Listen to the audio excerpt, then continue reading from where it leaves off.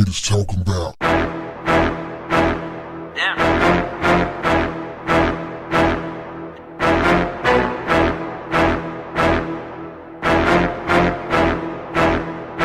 What's up, family? T.I. went on the Breakfast Club and said that Iggy Azalea switched it up once she realized that white people liked her. He said that she became arrogant. Here's the deal. I don't know what the truth is. I don't know Iggy. Heard very little about her. I know a few people that know her personally, but I don't know her, and I don't know what her truth is. I don't know what T.I.'s truth is. What I do know is it is very real that people do switch up once they realize that white people love them. That's what I want to talk about. So I don't know what's going on with T.I. and Iggy. I don't know what their truth is. But I do know there is some truth in the statement in general.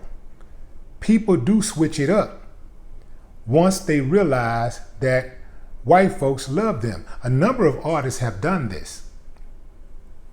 They'll start off with the black audience, especially when it comes to hip hop.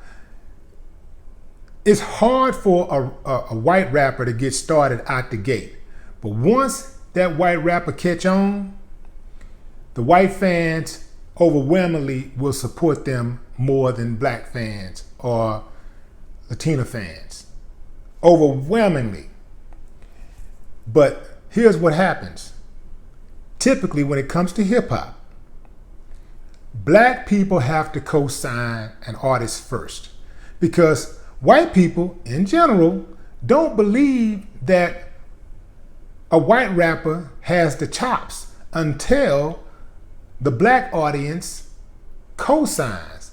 You got to be approved by the black audience first. Even when it comes to getting radio play, they got to get their radio play in the urban market first. Typically, they got to get played in the urban market first. Even Eminem had to go through that. He had to get on in the urban market first before the top 40 radio stations would play his music. Now he can skip right over the urban markets, but in the beginning, he had to be co-signed by the black community. And that's why he was so effective. I mean, he had one of the best co-signers in the game, Dr. Dre. Of course, Eminem is like a huge talent. Of course, he has the chops. That's never been disputed. But he had to be co-signed by the black community first. But white artists are not the only ones who do this. White hip-hop artists are not the only ones who get co-signed by the black community first and then jump ship. You know, Kid Rock, he started off in hip-hop, and then he switched it up and started doing rock. And once he realized that white people loved him, he started tripping. He switched it up, turned his back on the black community, and started waving the Confederate flag, riding for Trump, and all this other stuff. You see, switched it up. Look at Kanye West. It was black people who put him on first, and white folks didn't know nothing about no Kanye West. Now, it's been so long ago, now it seems like they've always been there for him, but they wasn't. Black folks made Kanye West. Black folks propped Kanye West up long enough so that white people could start looking at him and saying, oh, we like him. I want to go to his concerts. I want to buy his music. Oh, he's this great Messiah. That's what they think. They think he's a Messiah or something. But anyway, Kanye switched it up. And a number of other ones. You know, I ain't got to go through the list. Y'all know who they are. But once they realized that the white folks loved them, or at least loved their music, they switched it up. And they're not going to be the only ones. But here's where I stand with that. I didn't get in the game from day one for white folks to love my music. I didn't get in the game from day one for black folks to love my music or anybody else. I got in the game day one so that people could love my music. If you're really an artist, then you want to try to reach as many people as you possibly can. And if you have especially if you have a message. I had a message.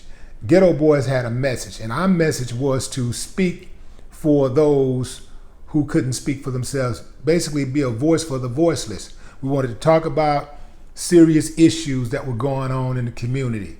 We wanted to talk about poverty, police brutality, discrimination, racism, love, hate, betrayal, all of that stuff, family. We wanted to talk about all of that stuff. And that's what we did, because we know that all of those things are universal. Pain is universal. Joy is universal. So that's what we wanted to do. We know if we're going to, but we talked about it from our perspective. It was our struggle, our perspective, but we understood that pain, love, joy, abuse, betrayal, all of those things are universal. All of those things are universal. So that has always been my mindset. I've never just wanted to make music for one particular group of people. But at the same time, once white people started loving my music, I didn't switch up my message. I didn't say, well, let me make sure I make some music to cater to white people. Since white people love my music, I'm going to turn my back on black folks. I never did that. Because my thing is that the message is the message, and the message ain't going to change.